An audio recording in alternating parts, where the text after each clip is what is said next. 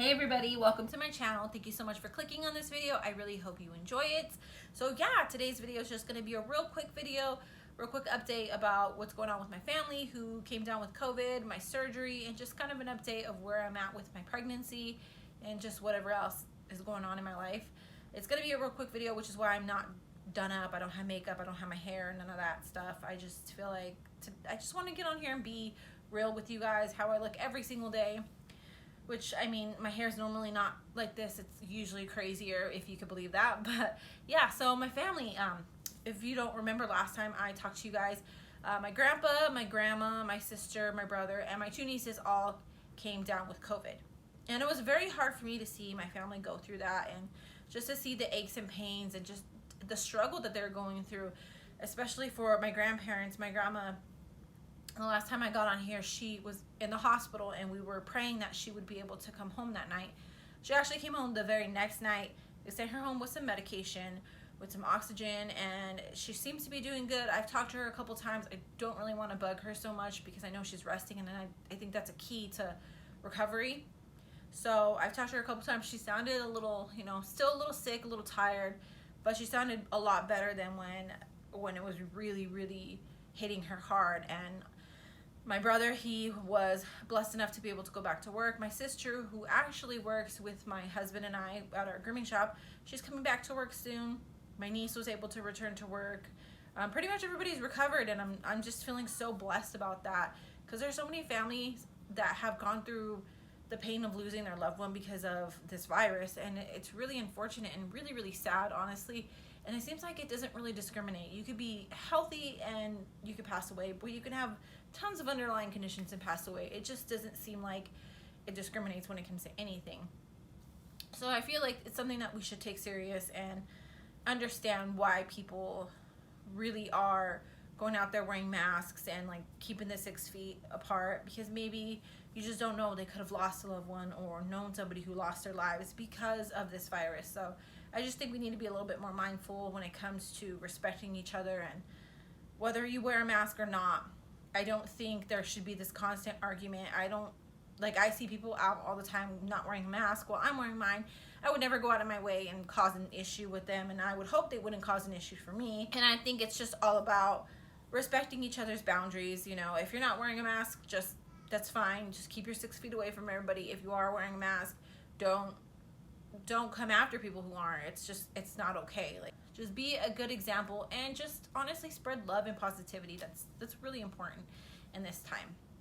But anyway, so yeah, moving on to my surgery, which I had Thursday the 13th, which is a little over a week ago. I was super excited to get this out of the way. I wasn't really afraid. I wasn't anxious, none of that. It wasn't until about 2 days before the surgery when I spoke to a couple of my friends. One of them had a surgery very similar to mine, and another one had surgery while she was pregnant.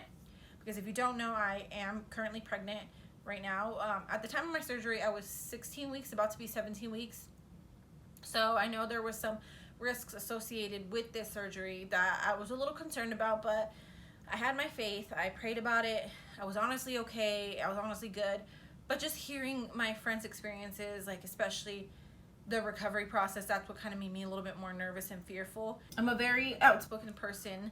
Typically, I will voice my opinion. I will stand up for what I believe in, but sometimes, medically speaking, I tend to be swayed pretty easy. So I was a little nervous that they would talk me into doing general anesthesia, which is what I did not want, because I know there are some risks to the fetus while having surgery, having general anesthesia. And I mean, of course I was assured that there were really low risks, but a risk is a risk, and that still makes me very nervous. So they talked to me about sedation and how that runs a little bit safer for a baby, and I was like, okay, I have my mindset, I'm gonna do sedation, but I had a feeling that they were gonna try to talk me into general anesthesia, which is something I did not want, not only for the baby, but for myself, because the last time I had general anesthesia, I did not do good at all. I was puking, I had vision loss, where not complete loss, but everything was blurry for about a week. I couldn't look at the TV, I couldn't look at my phone, I couldn't read, I couldn't do anything, and it was really honestly terrifying. And I remember waking up from that surgery and my arm was hurting so bad. That's because of the air bubbles that are traveling through your arm. I'm not sure of what the exact science is or whatever it is, but it was a really bad pain. So I knew I did not want this. And the anesthesiologist came to me and said, this is what we're going to be doing. Do you have any questions? And I started to get really scared. Like, I was about to sign the paper, like, okay, I'm just going to do what they say is safe because they're doctors, they know better. But I feel like God gave me the courage to speak up and say, well, I was also offered sedation, so what's the situation with that? Like, can I get it? And he seemed a little, like, taken aback, like, why would you want that? And I just explained, like, I want what's safest for the baby, but I also know you guys know a little bit more than me. But I want to know if that's still an option. And he said, let me talk to my peers and we'll see where we're at with that. He went and talked, I guess, to his boss or something. I'm not completely sure what it is. But he talked to somebody, and the actual surgeon that was going to be working on me came over, and she was like, okay, so did you decide if we were going to do general anesthesia or sedation? I'm like, well, I talked to the anesthesiologist, and he seemed to be more on the side of general anesthesia, but, you know, I want to do sedation. And he was going to talk to his boss, I guess, and they were going to, like, figure out what was best for the situation.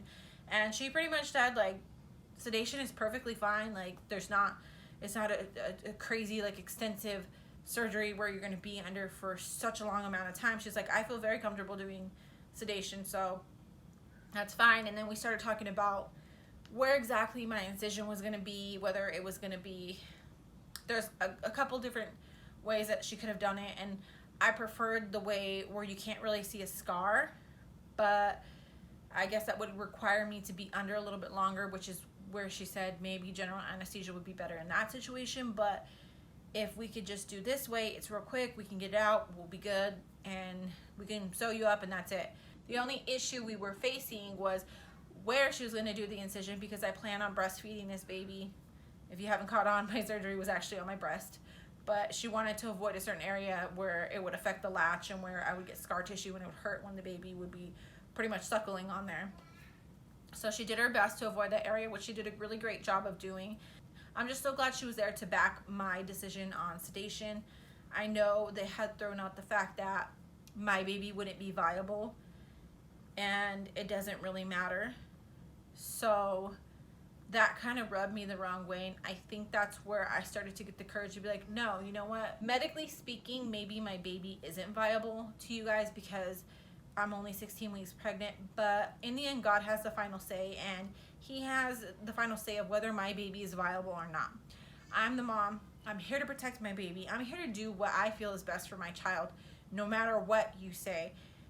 I don't care if I was 10 weeks pregnant. I feel like this is something that God really put in my heart to do, is to protect my baby and make sure this baby got to fulfill the plan that he gave this child. And I'm so glad I got to speak up, and I just thank God, because I know that courage came from him, because I just felt like so nervous and getting so ready to give in. But the second they told me your baby isn't viable, I kind of got like mama bear mode. Like, my baby is viable. Who are you to say? Like, this baby has a plan in their life, and I'm here to help them fulfill that. God entrusted me to raise his child and fulfill that plan.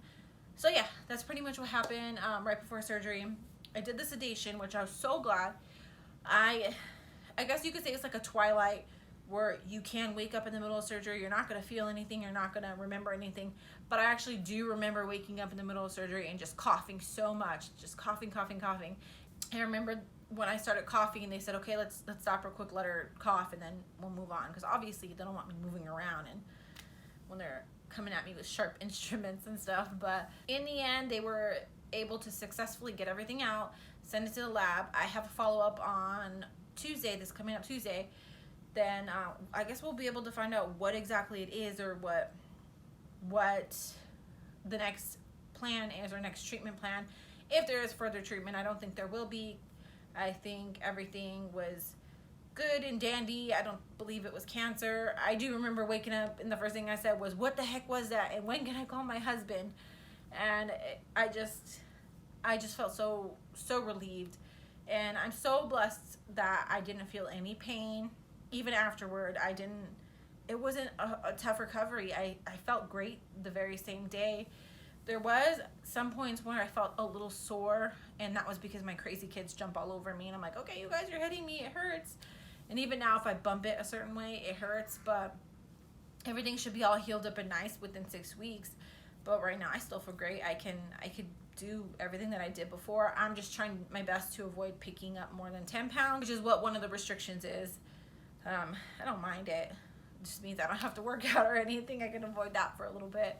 But yeah, so 5 months today. I'm so happy that I'm almost to the halfway point of this pregnancy. I have my anatomy scan coming up. I'm super excited.